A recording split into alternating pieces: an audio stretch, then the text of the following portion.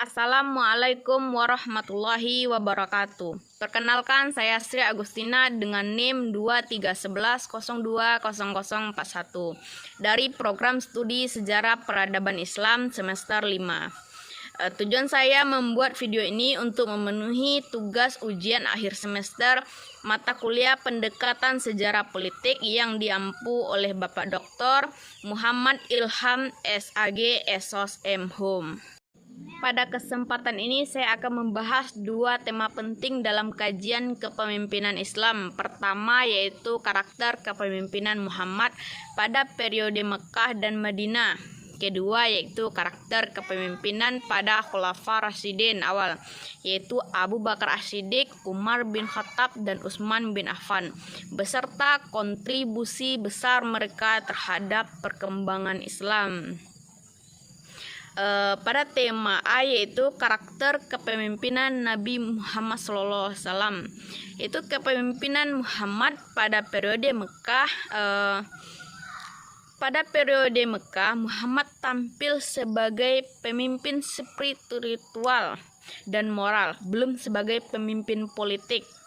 Umat Islam berada dalam posisi minoritas dan mengalami tekanan sosial, ekonomi, fisik dari kaum Quraisy.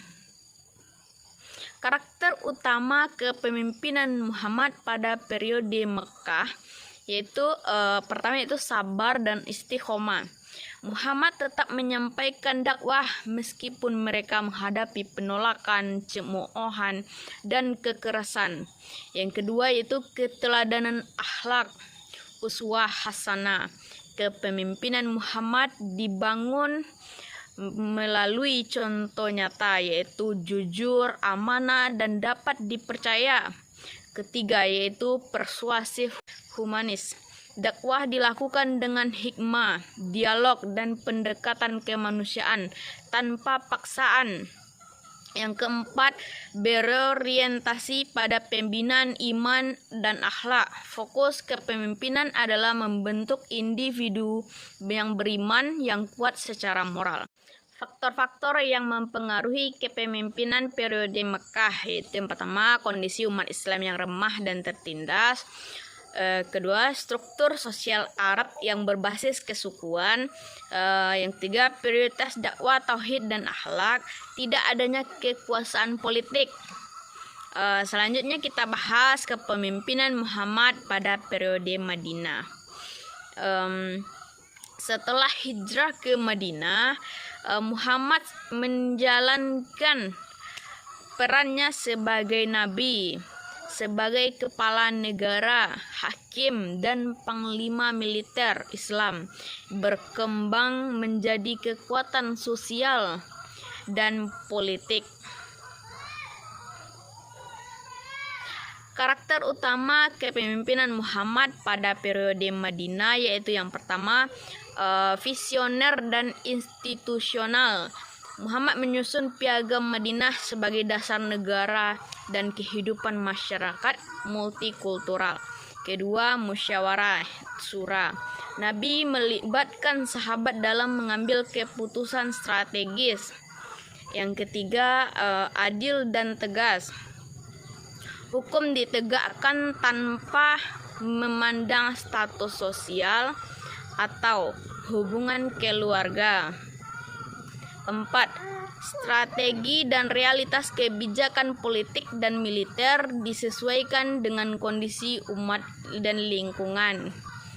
Faktor-faktor yang mempengaruhi kepemimpinan Muhammad periode Madinah yaitu pertama, terbentuknya masyarakat Islam, kebutuhan akan sistem pemerintahan dan hukum, tantangan eksternal dan internal umat.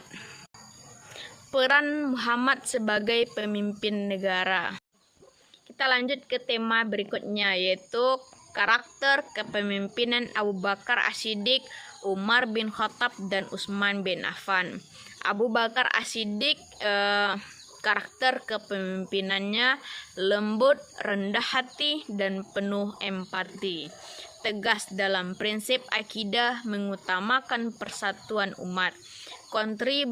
Kontribusi besarnya Abu Bakar adalah yang pertama, menyatukan umat Islam pasca wafat Nabi Muhammad SAW.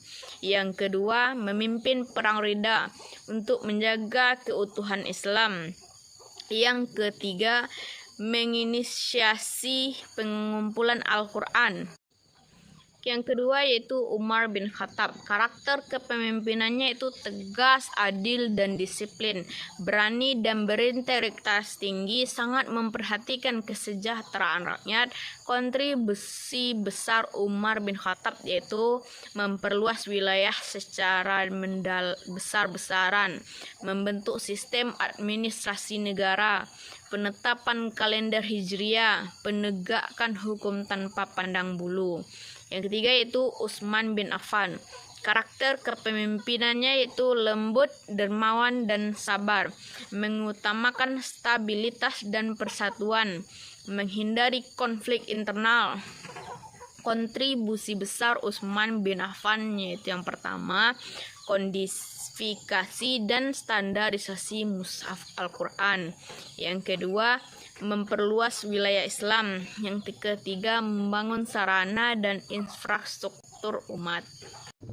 Berdasarkan pembahasan tema A dan D, dapat disimpulkan bahwa kepemimpinan Muhammad merupakan model kepemimpinan yang sangat kontekstual, adaptif, dan berlandaskan nilai-nilai ilahi dan universal. Kepemimpinan beliau tidak bersifat statis atau kaku, melainkan senantiasa menyesuaikan dengan kondisi sosial, politik, dan budaya masyarakat yang dihadapi, baik pada fase Mekah maupun fase Madinah.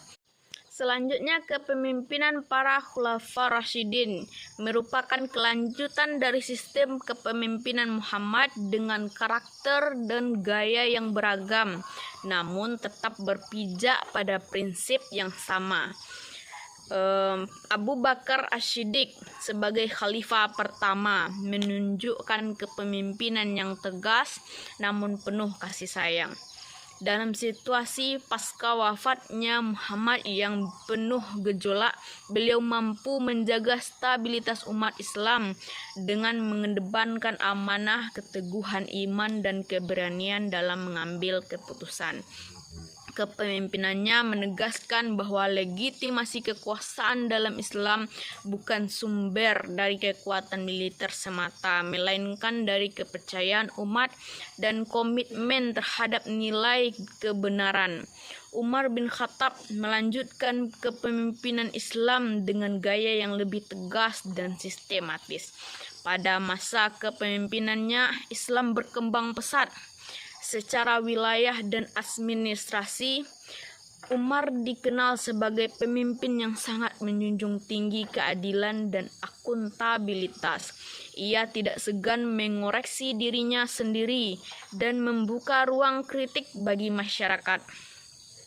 Kepemimpinan Umar menunjukkan bahwa kekuatan kepemimpinan Islam terletak pada keberanian menegakkan keadilan bahkan terhadap diri sendiri dan orang-orang terdekat.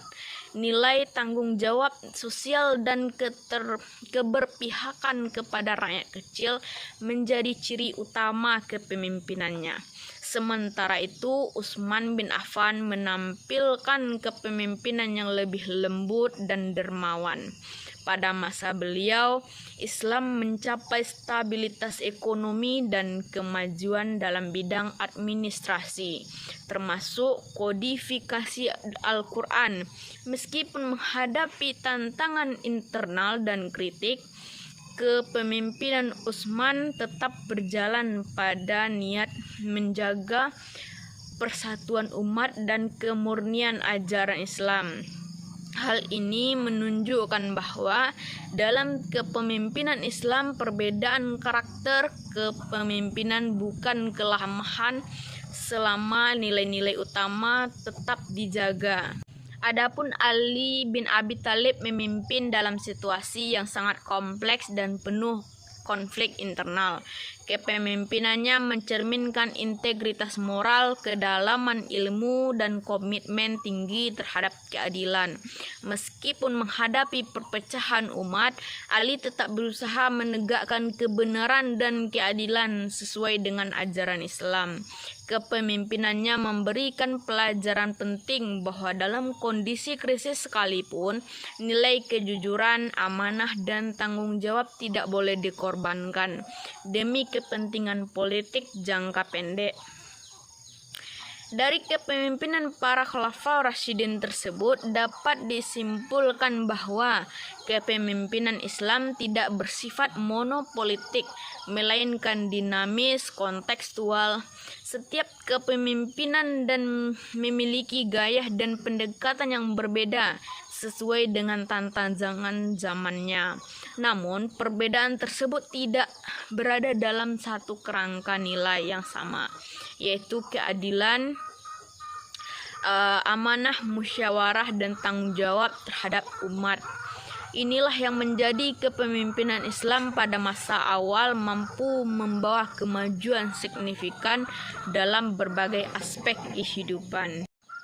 Dengan demikian, kepemimpinan Muhammad dan para Khulafaur Rasyidin memberikan gambaran utuh tentang konsep kepemimpinan Islam yang ideal, yaitu kepemimpinan yang mengintegrasikan nilai spiritual, moral, sosial secara seimbang. Kepemimpinan Islam semacam ini tidak hanya berorientasi pada kekuasaan, tetapi lebih pada pelayanan, pembinaan umat, dan pencapaian kemaslahatan bersama. Prinsip ini sangat relevan untuk dijadikan rujukan dalam konteks kepemimpinan kontemporer, baik dalam bidang politik, pendidikan, organisasi, maupun kehidupan sosial secara umum. Akhirnya dapat ditegaskan bahwa keberhasilan kepemimpinan Muhammad dan Khulafaur Rasyidin terletak pada konsistensi mereka dalam menjadikan nilai-nilai Islam sebagai landasan utama dalam setiap kebijakan dan tindakan. Kepemimpinan yang berakar pada nilai inilah yang mampu membangun peradaban, menjaga persatuan umat, serta mewujudkan keadilan sosial. Oleh karena itu, memahami dan meneladani kepemimpinan mereka bukan hanya menjadi kajian sejarah, tetapi juga menjadi kebutuhan nyata bagi pembentukan kepemimpinan yang beretika dan berkeadaban di masa kini dan masa depan. Sekian video yang saya buat untuk memenuhi tugas akhir mata kuliah Sejarah Pendekatan Politik. Terlebih dan terkurangnya saya mohon maaf. Wabillahi taufik wal hidayah. Wassalamualaikum warahmatullahi wabarakatuh.